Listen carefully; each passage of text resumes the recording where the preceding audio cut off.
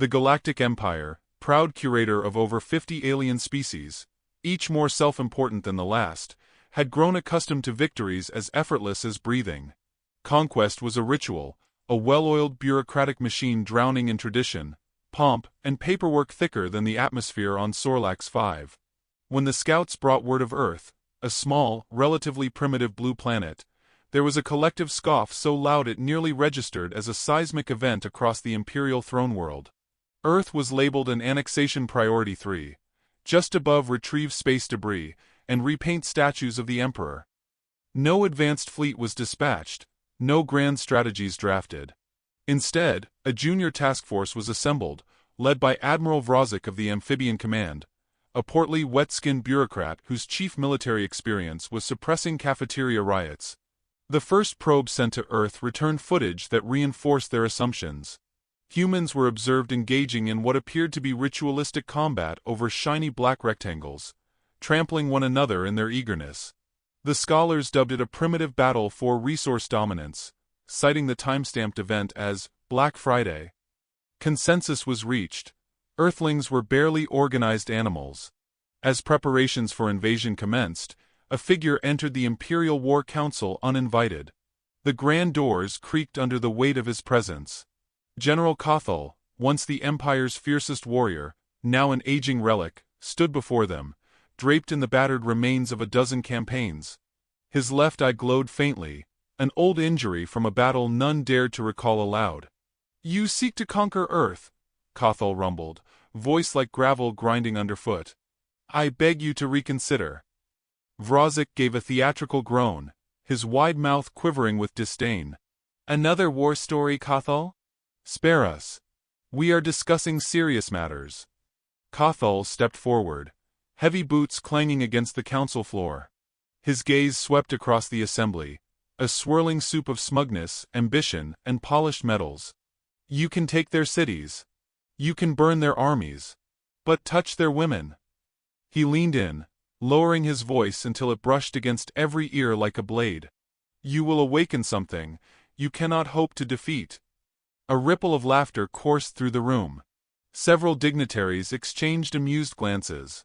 One particularly oily ambassador whispered, "Senile. Lost to myth and ghost stories." But Kothal wasn't laughing. His scars were not decorations. They were warnings etched into his flesh. "They are predators in silk," he said. "Smiling devils wrapped in laughter and politeness. They will offer you sweet words and tear out your throat the moment you blink." The Emperor himself, an ancient being of calcified ego, waved a jeweled hand dismissively. "Enough, General. Your tales are as outdated as your uniform." Kothal stood for a heartbeat longer, eyes burning with an ancient dread, then turned without another word. He paused only once at the threshold, speaking over his shoulder. "I survived them once," he said. "You will not." The council resumed immediately, Kothal's warning buried under a tide of arrogance.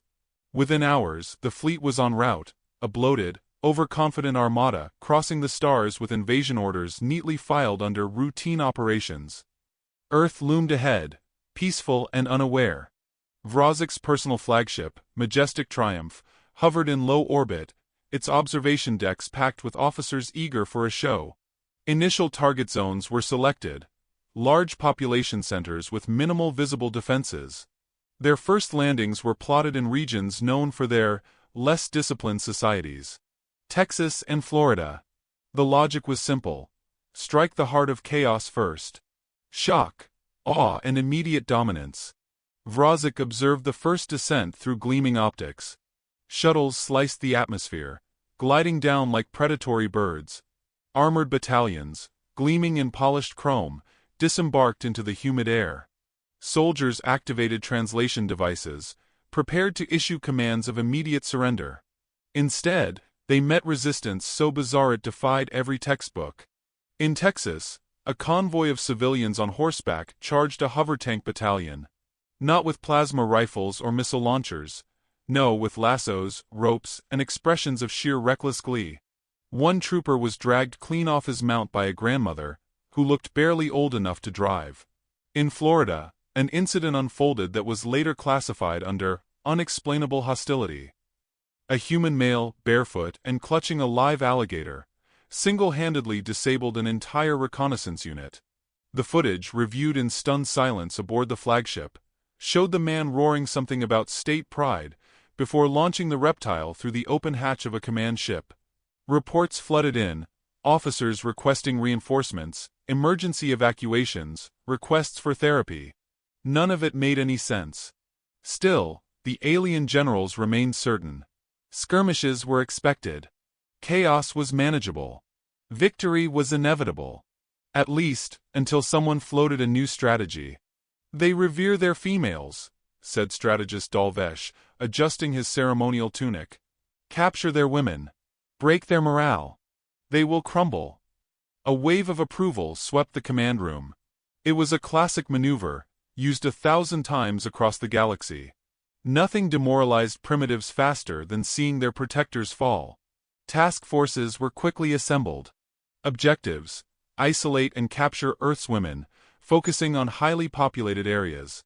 It was at that moment, when the first abduction squads touched down in suburban neighborhoods, that everything changed.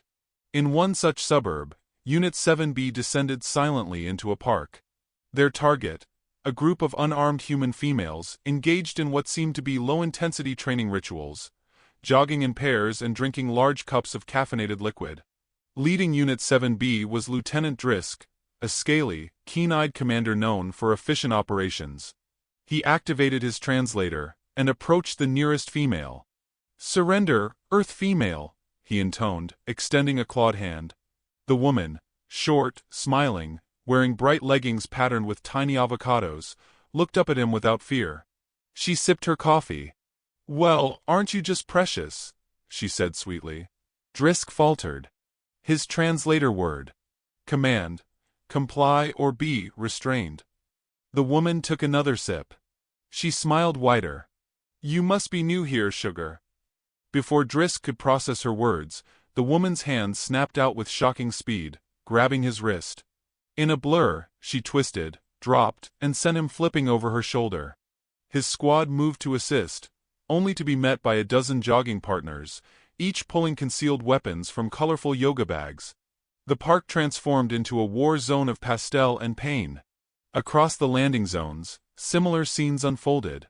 Grandmothers with garden tools, teenage girls wielding lacrosse sticks like battle axes, mothers armed with diaper bags heavy enough to shatter armor plating. The alien forces, confident in their superiority, collapsed into chaos. Reports spiraled into the command ships, screams about deadly smiles and weaponized friendliness. Vrozik himself was forced to watch as one particularly devastating footage looped on the command bridge. A tiny laughing human female taking down 3 elite soldiers while never spilling her iced coffee. "What is happening?" he bellowed, slamming a webbed fist against his console. Cothal's voice echoed in his mind.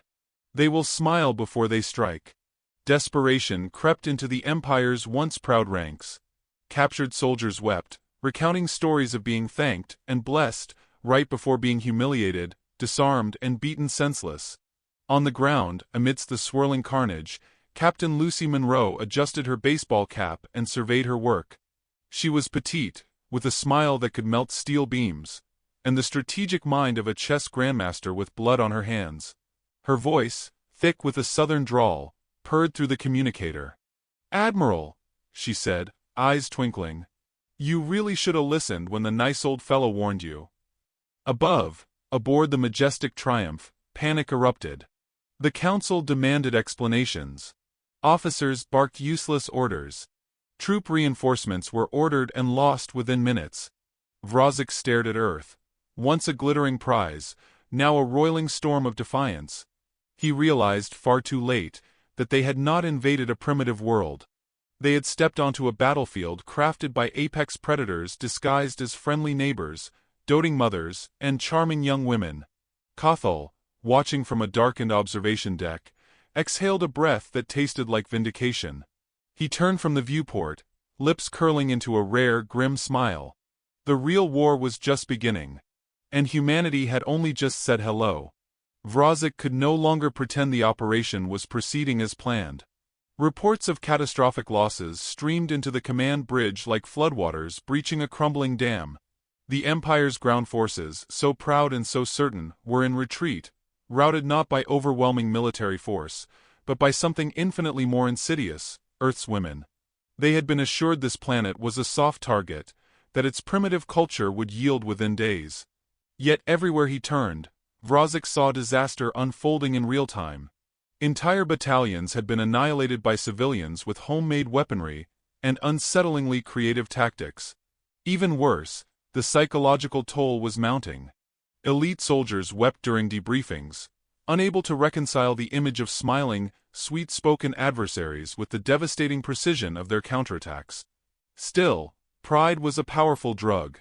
Rather than retreat, Vrozik authorized Phase 2, full-scale urban suppression. If the humans resisted their liberation, they would be crushed under the heel of superior technology. Reinforcements poured from orbit: heavy mechs, bioengineered warbeasts, atmospheric disruptors. The show of force was meant to shock Earth into submission. It had the opposite effect. In Dallas, mechanized walkers thundered down Main Street, their speakers blaring messages of surrender in broken English. Shoppers paused, stared, and without a word, began pulling firearms from glove compartments, purses, even baby strollers. Within minutes, the mechs were swallowed by a storm of small arms fire, homemade explosives, and tactical maneuvers that spoke of an intimate, generational knowledge of combat. In Miami, drop squads targeted coastal strongholds, only to find themselves facing an unholy alliance of fishermen, surfers, and retirees armed with speedboats, flare guns, and golf carts retrofitted with harpoons.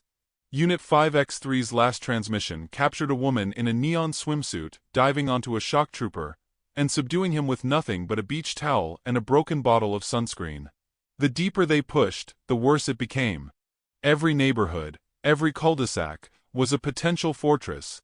Even places that seemed peaceful were laced with traps, ambushes, and civilians who fought with the ruthless cunning of cornered predators. Amidst the chaos, one name began to surface across intercepted human communications, repeated with respect and fear: Captain Lucy Monroe. Lucy had grown from a local oddity, a cheerful community organizer with a penchant for baked goods, into the de facto leader of the human resistance. Her grasp of guerrilla warfare was unervingly effective, her strategies surgical. She turned high school gymnasiums into training camps, public parks into tactical staging areas. Every move she made dripped with calculated charm and lethal efficiency. It was Lucy who orchestrated the Battle of Garland, where a convoy of alien transports was lured into a block party, complete with music, barbecue pits, and open arms. The soldiers, confused by the hospitality, hesitated just long enough for concealed militia units to strike with military precision, overwhelming them before they could even react. It was Lucy who authorized the reclamation of DFW Airport, repurposing abandoned luggage carts into mobile barricades, and using the cavernous terminals to channel enemy forces into kill zones. Her legend grew with every engagement, fed by viral videos and whispered tales. To the Empire's battered soldiers, she became a specter, a demon wrapped in southern sweetness. On the command deck of the majestic Triumph, strategist Dalvesh trembled as he presented the latest analysis. Statistical overlays, casualty projections, psychological profiles, all pointed to the same grim conclusion. "We are losing," Dalvesh whispered. Vrozik refused to believe it. He slammed a clawed hand onto the table, making the holographic display flicker. "Impossible. We are the Empire. They are nothing." General Oryx, an aging tactician who had survived campaigns against the Stonesingers of Jern, shook his frilled head. "Admiral, permission to speak freely?" Vrozik's nostrils flared. "Granted." Oryx leaned forward. His voice was grave. "We have made a fatal error. These humans, specifically their females, are not mere civilians. They are the apex of an apex species. They lull their prey with manners and smiles, but beneath the surface lies a mind built for war. We were warned." The bridge fell silent. Even the humming machinery seemed to hesitate. "Kothal tried to tell us," Oryx added, "and we spat on his wisdom." Vrozik could taste the bitterness of truth. Still, retreat was unthinkable. His career, his honor, everything hinged on victory. "No," he growled. "We escalate." The command was given. Special forces, drawn from the Empire's deadliest regiments, were deployed. These were the Shadowfangs of Greel, assassins who could slip through walls, the Brack warriors of Sul, whose strength could shatter concrete. Legends among legends. Their mission: capture Captain Lucy Monroe. On a humid Texas evening, under the shadow of a crumbling water tower, the Empire's finest closed in. Lucy knew they were coming. She sat on a rickety porch swing, humming an old country tune, sipping sweet tea from a mason jar. Her hair was pulled back in a loose braid, her boots were dusted with red dirt, and her smile was pure, weaponized hospitality. When the first assassin struck, she sidestepped with a dancer's grace, letting the poisoned blade sink into the wooden post behind her. She swirled her tea lazily as the assassin gurgled and collapsed from a surprise dart she had palmed in her sleeve. The second tried to grapple her. She laughed, a light, tinkling sound that carried over the fields, before executing a bone-snapping maneuver that sent him sprawling into the flower bed. From the trees, a Brack warrior charged, roaring his defiance. Lucy set down her tea with exaggerated care. "You poor thing," she drawled. "Didn't your mama teach you not to run at a lady?" The fight was brutal, a blur of motion and dust. The Brack, built like a walking tank, had strength unmatched. But Lucy had speed, leverage, and an intimate understanding of anatomy. She danced around his blows, chipped away at his balance, exploited every overextension. In under 3 minutes, he lay unconscious at her boots. Lucy picked up her mason jar, took a slow sip, and adjusted her hat. A figure emerged from the treeline, Commander Hrask, leader of the Shadowfangs. He did not attack immediately. He watched her, studying, reassessing. "You are not what we expected," he said, his translator stuttering slightly over the nuance. Lucy smiled wider. "Darlin', none of us ever are." They clashed, two titans of strategy. Hrask wielded every dirty trick in the Imperial playbook. Lucy countered with every ounce of human ingenuity and brutality. Traps within traps. Feints layered with misdirection. In the end, it wasn't strength or technology that decided the fight. It was a squirrel. Startled by the commotion, the creature darted across the battlefield, colliding with Hrask's ankle at precisely the wrong moment. His balance faltered. Lucy exploited it ruthlessly, slamming him into the porch railing and zip-tying him with a practiced efficiency that suggested long, uncomfortable familiarity with unruly farm animals. The rest of the Empire's forces, watching through remote feeds, broke. They hadn't understood before, not truly. Now they did. It wasn't just that Earth's women were dangerous. It was that the entire ecosystem, down to the smallest creature, fought with them. The myth of human fragility shattered. Terror seeped into the ranks. Desertions skyrocketed. Mutinies flared on the outer ships. Officers fabricated injuries to avoid redeployment. On the majestic triumph, the Council finally grasped the magnitude of their mistake. Strategic recalculations projected a near-total annihilation of Imperial forces within weeks, unless a full withdrawal was ordered immediately. Vrozek refused. His pride was a lead weight dragging the entire fleet to the ocean floor. In desperation, they authorized the unthinkable: orbital strikes. Target key human cities. Break their spirit through overwhelming devastation. The targeting arrays were calibrated. The first salvo was prepared. And then, humanity responded.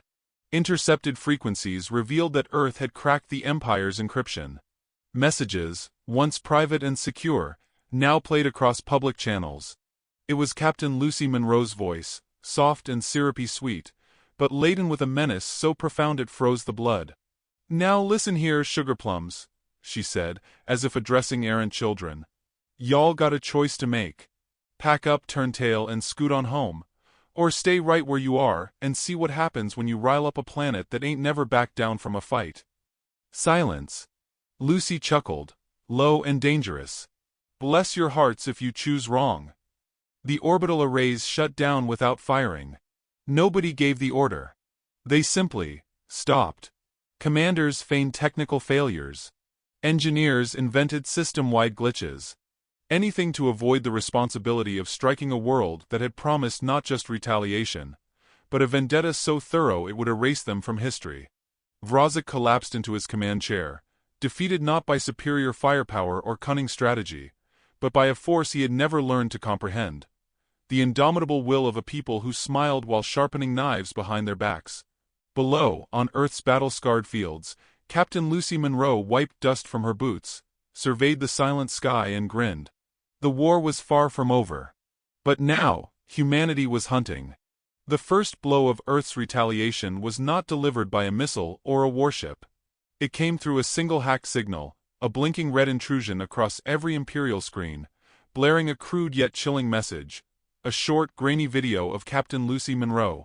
She sat cross-legged on the hood of a battered pickup truck, a baseball cap pulled low over her eyes, tuning a guitar with a lazy, deliberate air. Behind her, hanging from the truck's rusted tailgate, was a hastily spray-painted sign. "Welcome to the human problem." She smiled, the slow, honeyed grin of a woman who had made up her mind about what needed doing. Then she began to speak, her voice smooth and bright with the promise of terrible things. "Hiya, y'all. Real polite of you to come all this way. Shame about the mess." Across the Imperial fleet, thousands of officers froze. Lucy's words dripped with the same venomous sweetness that had broken their soldiers' wills on the ground. "Now, we tried bein' nice. We tried wavin' howdy and invitin' y'all to barbecues. But you just had to go and poke the bear. And let me tell ya, sugar, we don't just poke back. We swing for the jaw." The feed cut to static, but the message lingered, vibrating through the command decks like a plucked nerve. It was the first salvo in a campaign unlike anything the galaxy had seen. Humans had tasted blood. Now they intended to leave a scar across the stars. Within 24 hours, human forces surged beyond their own atmosphere. 1,000 scattered scientists, backyard tinkerers, rogue engineers, and caffeine-fueled students had somehow reverse-engineered alien technology at a pace the Empire considered impossible. The first human space fleets were patchworks of stolen dropships, salvaged wreckage, and experimental prototypes that defied every known safety protocol. Leading the first assault was Captain Monroe herself, now promoted, unofficially but universally acknowledged, as Earth's Supreme Commander. Her flagship was a gutted Imperial carrier retrofitted with duct tape, scavenged plasma cannons, and the collective stubbornness of a species that refused to know when it was beaten. Lucy dubbed the ship Sweet Caroline. It carried a hand-painted motto along its prow. "We're comin', bless your hearts." The first human offensive struck the Empire's forward base orbiting Mars. Imperial defenses, expecting at least weeks to months before a human response, were caught utterly flat-footed. Troopers scrambled to their posts as modified pickup trucks with rocket launchers welded to their beds dropped out of the sky, roaring country music through their hacked comm systems. Lucy led the charge personally, her voice a clear, commanding presence over the fleet-wide channels. "Remember," she said, her tone half stern, half mischievous. "We ain't mad, we're just fixin' a misunderstanding." The battle for Mars was short, brutal, and humiliating. Imperial officers, trained for textbook warfare, were helpless against the unpredictability of human tactics. Makeshift human strike teams used improvised hacking programs, many of them cobbled together by teenagers, to override Imperial security systems mid-fight. Drones meant for surveillance were repurposed as kamikaze units, dive-bombing enemy hangars with the precision of digital vultures. The survivors fled, broadcasting desperate warnings back to the Imperial core. Earth was no longer a rogue threat. It was an existential crisis. But the humans didn't stop at Mars. They pressed forward, seizing warp gates, stealing freighters, and disrupting supply lines. Every captured alien vessel was quickly cannibalized for parts and retrofitted into the growing human armada. It was a rising tide, a swarm of determined amateurs whose lack of formal training made them terrifyingly creative. At the heart of it all stood Lucy Monroe, the smiling architect of Imperial collapse. Her leadership was not based on fear or bloodlines, but earned in the dirt and fire of every battlefield. Her troops adored her with a fervor that Imperial commanders, raised on rigid hierarchy, could not even comprehend. Meanwhile, within the Empire's High Council, chaos reigned. Accusations flew across the marble halls. Generals were stripped of their titles. Advisors turned on one another. A dozen assassination attempts bloomed overnight.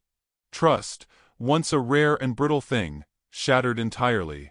General Kothal watched the unraveling with a grim satisfaction. He had tried to warn them. They had mocked him. Now they reaped the whirlwind. After a brief, private council with Lucy herself, a meeting punctuated by mutual respect, and an entire bottle of Tennessee whiskey, Kothal defected. He appeared before the battered human forces not as a conqueror, but as an advisor, bringing with him the tactical knowledge of centuries of galactic warfare. It was Kothal who showed Lucy the weak points in the Empire's command chain. It was Kothal who outlined the vulnerabilities in their precious homeworld defenses. But it was Lucy, smiling sweetly as she listened, who saw the path forward. "We ain't just looking to win, darlin'," she said, patting Kothal on the arm. "We're fixin' to make sure they remember why you don't mess with Earth." Humanity's next move was pure strategic poetry.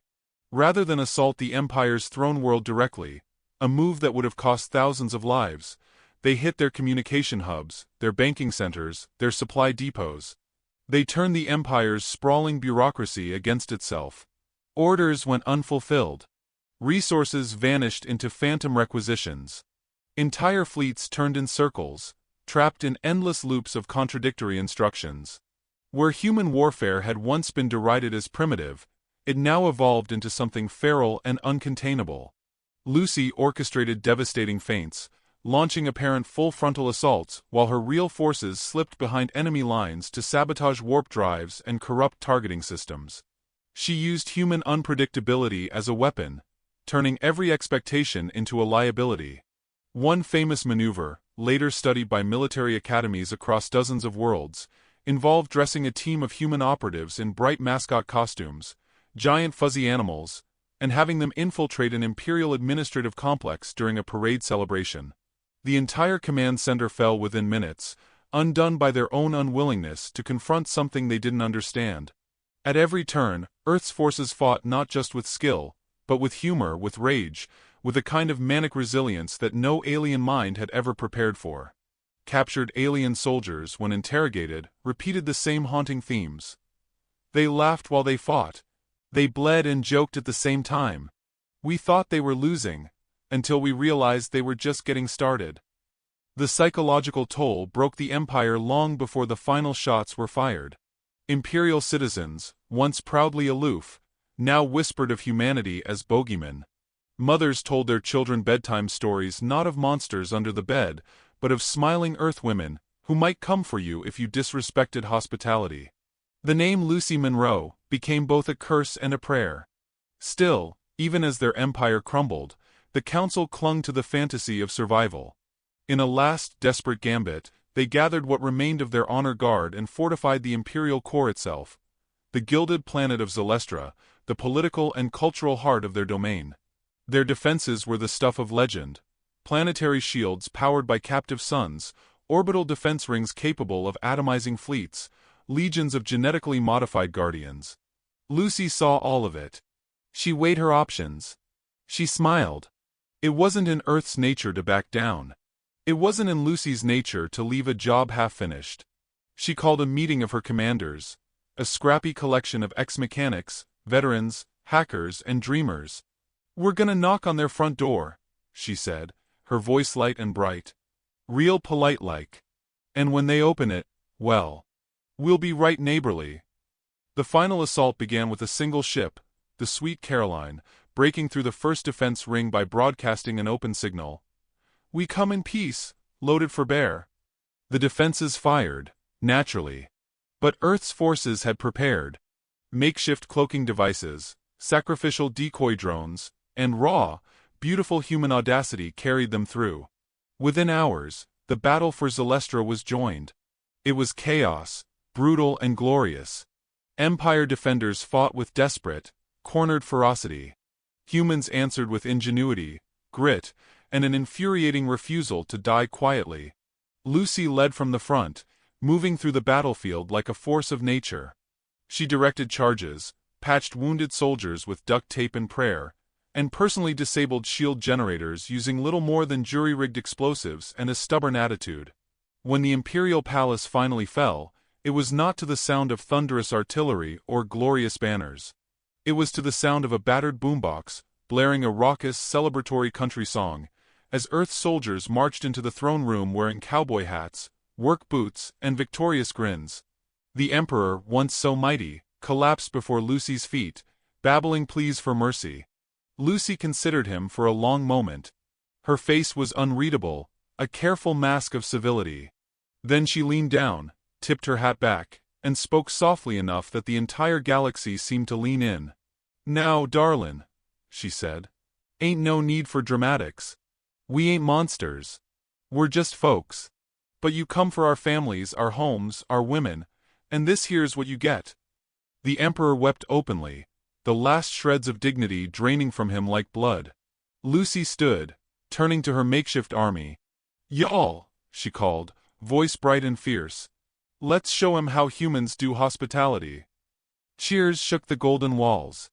The Empire, for all its ancient power, ended not with an apocalyptic firestorm, but with a smile and a handshake sharp enough to cut steel. Still, even as victory surged through Earth's forces, Lucy knew the fight wasn't truly over. Empires don't die quietly. Wounds that deep take generations to heal, or fester. And humanity, for all its triumph, was still standing in a galaxy that now knew exactly what it was dealing with.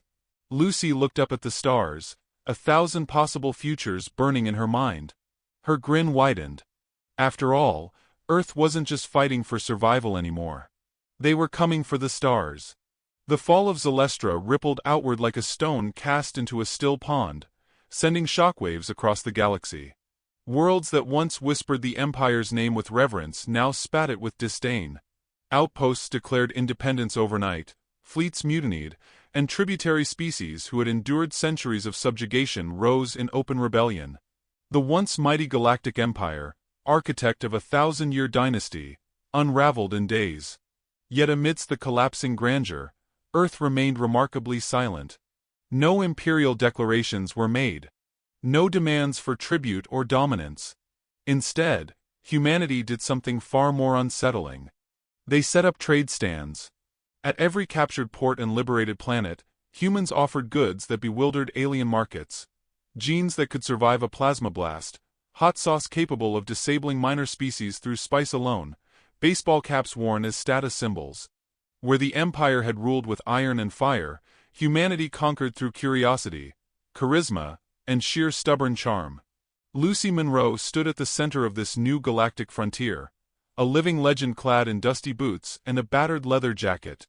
She toured the former imperial capitals not with an army at her back, but with an entourage of mechanics, merchants, and musicians. She posed for holopics, signed hats, and taught alien diplomats the subtleties of southern hospitality, a delicate art form balancing sweetness with barely veiled dominance. She understood instinctively what many of her advisors still grappled with. Fear might win battles, but affection won wars. To build a future, humanity needed the galaxy to fall in love with them, or at least be too charmed to organize a second rebellion. Cathal, now her most trusted advisor, watched the transformation with an expression that hovered between admiration and awe. The grizzled warrior who had once tried to warn the Empire of humanity's hidden ferocity, now found himself working side by side with the very force he had feared. He had traded his battle armor for a well-worn Stetson, and a belt buckle large enough to serve as a shield. Standing on a raised platform in what had once been the Empire's grandest hall of governance, Cathal addressed a crowd of emissaries, mercenaries, and newly freed worlds. His voice, weathered and firm, carried across the courtyard. "You wanted rulers. What you got instead was neighbors. And they brought pie." The crowd laughed, half in confusion, half in wonder. A few had tasted Earth's baked goods already, and understood the profound power hidden within those flaky crusts and cinnamon fillings. But not all corners of the galaxy were so easily won. Deep in the shrouded sectors, remnants of the Empire's most fanatical warlords gathered. They saw Earth's growing influence not as salvation, but as a final, fatal humiliation. Their pride demanded retribution. Their blood called for vengeance. They united under a single banner, the Shattered Crown. A coalition of despair, fueled by rage and desperation, they plotted to ignite a second galactic war, one designed not to reclaim dominion, but to burn everything to ash, humanity included. Lucy received the intelligence in her newly established command center, a converted alien museum now lined with strings of mismatched Christmas lights and shelves sagging under the weight of cultural oddities. She read the reports in silence, her face unreadable, tapping a calloused finger against the rim of her coffee mug. She understood the danger. This wasn't like the First War, where ignorance had been the Empire's downfall. These warlords had seen Earth's strength. They knew her people's resilience and cunning. Their hatred was sharpened by experience. Lucy rose from her chair, the quiet creak of leather slicing through the tense air. "All right then," she said softly. "If they want a reckoning, we'll give 'em one they'll be telling ghost stories about till the suns go cold." The campaign against the Shattered Crown was different from anything Lucy had fought before. It wasn't about seizing territory or winning hearts. It was about ending threats. Quickly. Permanently. Human forces moved like shadows, striking supply lines, sabotaging war factories, infiltrating command centers disguised as cleaning crews and delivery drivers. Every assault was surgical, leaving the remnants of imperial fanaticism bleeding and confused. Lucy herself led the most dangerous missions. She stalked the battlefield with an eerie calm, her smile as deadly as any plasma rifle. She made it personal. Every life lost in humanity's defense was a debt she intended to collect. Her most audacious strike came at the siege of Eridon Prime, where the largest warlord fleet had massed. Conventional tactics would have been suicide. So Lucy chose something far less predictable. Disguising their flagship as a derelict cruise liner, complete with holographic advertisements for authentic Earth food and fun, Lucy and her team infiltrated the blockade. Security crews, conditioned by decades of propaganda to underestimate anything involving human leisure, allowed them close. Too close. Hidden compartments opened, revealing commando squads armed with jury-rigged weapons and enough homemade explosives to reduce a dreadnought to floating scrap. The battle was short, savage, and decisive. Within hours, the fleet was in flames, debris raining down into the atmosphere like vengeful stars. Word of the defeat spread like wildfire. The remaining warlords fled, their alliances collapsing under the weight of fear. The Shattered Crown was shattered in truth. Standing among the wreckage, Lucy surveyed the broken sky. She wasn't smiling now. Victory had its cost, and the faces of fallen friends and comrades marched silently through her mind. Cathal approached, his step slow, respectful. "You've done it," he said. Lucy shook her head, gazing into the horizon where alien suns burned low. "No," she murmured. "We survived it. That ain't the same thing." In the weeks that followed, humanity solidified its place in the galaxy. Treaties were signed, often over hearty meals and rounds of increasingly dangerous drinking games. Trade routes blossomed.